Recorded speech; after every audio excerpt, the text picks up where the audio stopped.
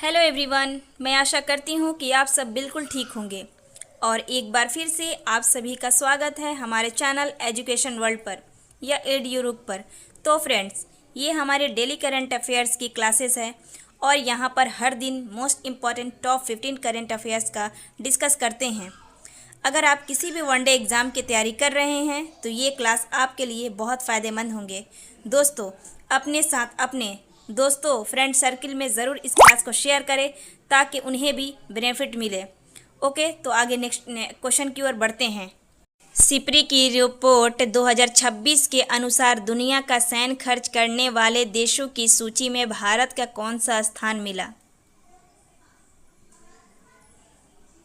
Answer है पाँचवा। Answer है पाँचवा। बात करते हैं सिप्री की, तो फुल फॉर्म होता है Stockholm International Peace Research Institute. और ये सैन्य खर्च, परमाणु हथियार, इन सब के खर्च में भारत का रैंक कितना है? 5। और ये कितना खर्च करता है? तो 92.1 बिलियन सैन्य खर्च करता है भारत। फर्स्ट में है यूएसए, सेकंड में है चाइना, थर्ड में है रूस। और परमाणु हथियार की बात करें तो इंडिया के पास 190 है। नेक्स्ट क्वेश्चन की ओर चलते हैं। हाल ही में किस देश ने नेशनल पेमेंट्स इंटरफेस एनपीआई के साथ UPI unified payments interface linkage की शुरुआत हुई है? आंसर है नेपाल। आंसर है नेपाल। नेपाल की बात करें तो राजधानी है काठमांडू और वहाँ के नए पीएम हैं बालेंद्र शाह। ओके, तो नेक्स्ट क्वेश्चन की ओर चलते हैं।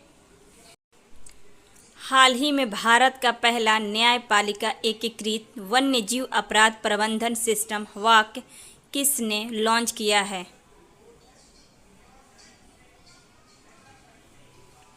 आंसर है केरल वन विभाग। आंसर है यानी कि केरलम गवर्नमेंट के द्वारा ये लॉन्च हुआ है। और हवाक की जो फुल फॉर्म है वो हॉस्टाइल एक्टिविटी वॉच कर्नेल। क्या है? Hostile activity watch kernel. और ये भारत का पहला न्यायपालिका एकीकृत वन्यजीव अपराध प्रबंधन सिस्टम है।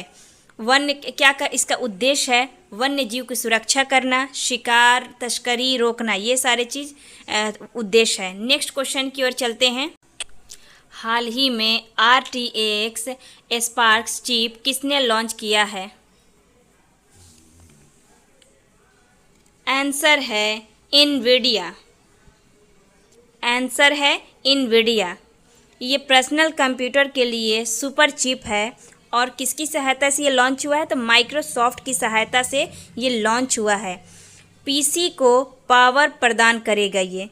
और ये इनविडिया जो है विश्व की सबसे बड़ी चिप निर्माता कंपनी है। ओके, तो नेक्स्ट क्वेश्चन की ओर चलते हैं। हाल ही में SAI यानी स्पोर्ट्स अथॉरिटी ऑफ इंडिया ने किस देश की यूनिवर्सिटी ऑफ सुकुबा के साथ समझौता यानी MOU किया है? आंसर है जापान। आंसर है जापान।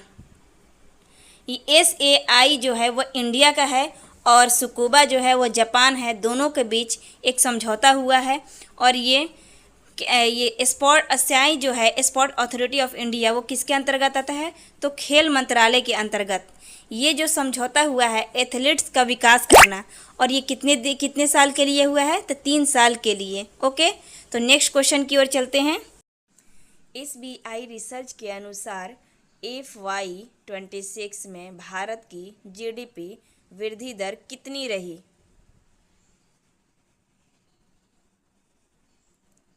आंसर है 7.7%। आंसर है 7.7%। SBI की रिपोर्ट है जिसको बोलते हैं इको ब्रेव रिपोर्ट। और ये FY26 यानी कि फाइनेंशियल ईयर 2026 की बात कर रही है कि भारत की ग्रोथ GDP कितनी है? तो 7.7% है।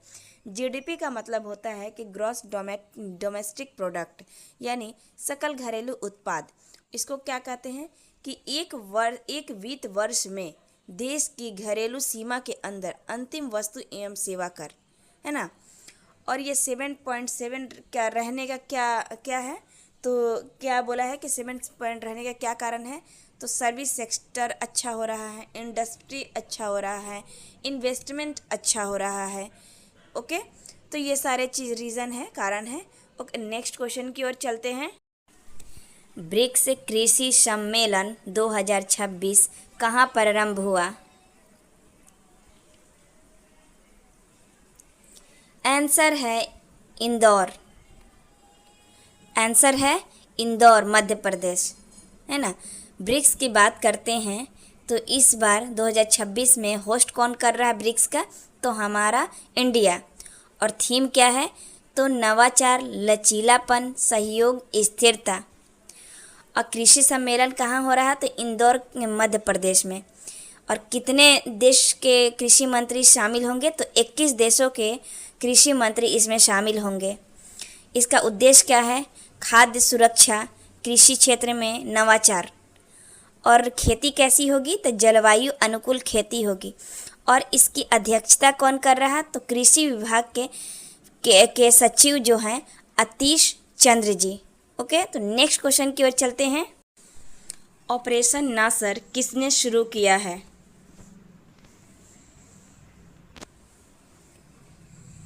आंसर है ईरान। आंसर है ईरान। और किसके खिलाफ, तो इजराइल के खिलाफ ये ऑपरेशन नासर स्टार्ट हुआ है। और ईरान की राजधानी है तेहरान, और वहाँ के मरुस्थल है दस्त लूत और दस्त कबीर। ओके, और ईरान में एक ज्वालामुखी है जिसका नाम है देमबंद ज्वालामुखी। नेक्स्ट क्वेश्चन की ओर आते हैं। हाल ही में चर्चा में रही युवा शक्ति भरोसा कार्ड योजना का संबंध किससे है? आंसर है पश्चिम बंगाल। आंसर है पश्चिम बंगाल। इस योजना को शुरुआत करने वाला है वेस्ट बंगाल। और वहाँ के जो सीएम हैं, कौन बने हैं अभी, तो शिवेंदु अधिकारी जी, उन्होंने ये शुरुआत की है। और क्या कि राज्य के बेरोजगार युवाओं के कल्याण के लिए ये युवा शक्ति भरोसा कार्ड योजना को शुरुआत किए हैं। और क्या है कि इसमें 3,000 प्रति मतलब मासिक हर महीने भत्ता ये मिलेगा बेरोजगारों के लिए। युवा श्री जो योजना था, इसी को रिप्लेस करके युवा शक्ति भरोसा कार्ड योजना स्टार्ट हुआ है। तो युवा श्री योजना में क्या होता था कि 1,500 रुपये मिलता था। और हाँ, युवा शक्ति भरोसा कार्ड जो अभी शुरुआत हुआ है, उसका शर्त क्या है कि वेस्ट बंगाल का स्थायी निवासी हो, 10th पास हो, न्यूनतम योग्यता जो है, और 21 से 40 वर्ष हो। ओके, तो नेक्स्ट क्वेश्चन की ओर चलते हैं। हाल ही में चुमुर गांव भारत का पहला मॉडल बॉर्डर विलेज बना है। यह गांव कहाँ स्थित है? आंसर है लद्दाख। आंसर है लद्दाख। और ये चुमुर गांव कहाँ है, तो लद्दाख के LAC के पास, यानी कि लाइन ऑफ एक्चुअल कंट्रोल के पास। और नॉर्मली आप कह सकते हैं भारत चीन सीमा के पास है ये। और यहाँ पर 91 लोग, मात्र 91 लोग रहते हैं 24 परिवारों के। ये भारत का पहला मॉडल बॉर्डर विलेज है जो आत्मनिर्भर पर्यटन को बढ़ावा दे रहा है, जलवायु को भी परिवर्तन कर रहे हैं, है ना वहाँ के। और ये घोषणा किसने किया है, तो वहाँ लद्दाख के उपराज्यपाल हैं विनय कुमार सक्सेना जी ने।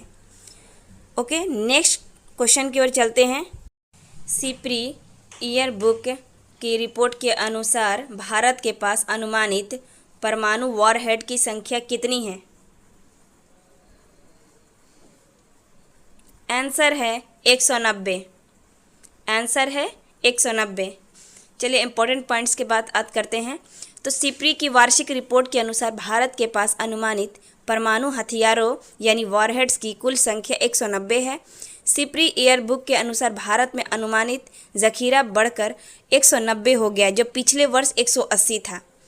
पाकिस्तान की परमाणु क्षमता बिना किसी बदलाव के 170 वॉरहेड पर रुकी है।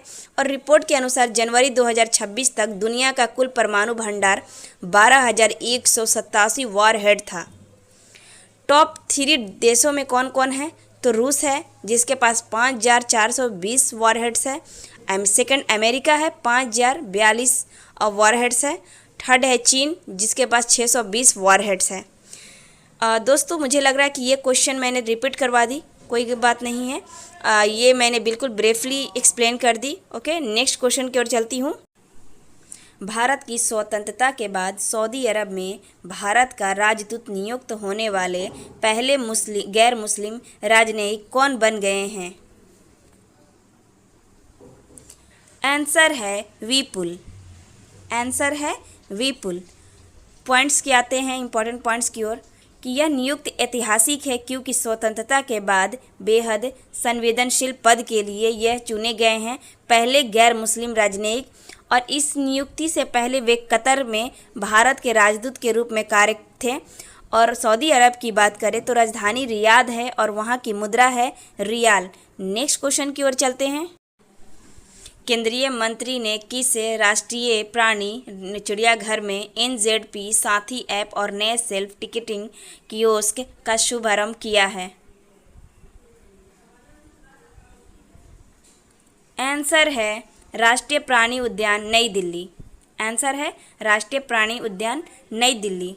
इंपॉर्टेंट पॉइंट्स की तरफ आते हैं। केंद्रीय राज्य मंत्री कीर्ति वर्धन सिंह ने नई दिल्ली में स्थित राष्ट्रीय प्राणी उद्यान चिड़ियाघर यानी कि NZP साथी ऐप और नए सेल्फ टिकटिंग कियोस्क का शुभारंभ किया है, और इसका मुख्य उद्देश्य है अंगतुकों के अनुभव को बेहतर बनाना और डिजिटल सेवाओं को बढ़ावा देना। नेक्स्ट क्वेश्चन की ओर चलते हैं। वर्ष 2026 में भारतीय पुरुष T20 अंतर्राष्ट्रीय क्रिकेट टीम का नया कप्तान किसे नियुक्त किया गया है?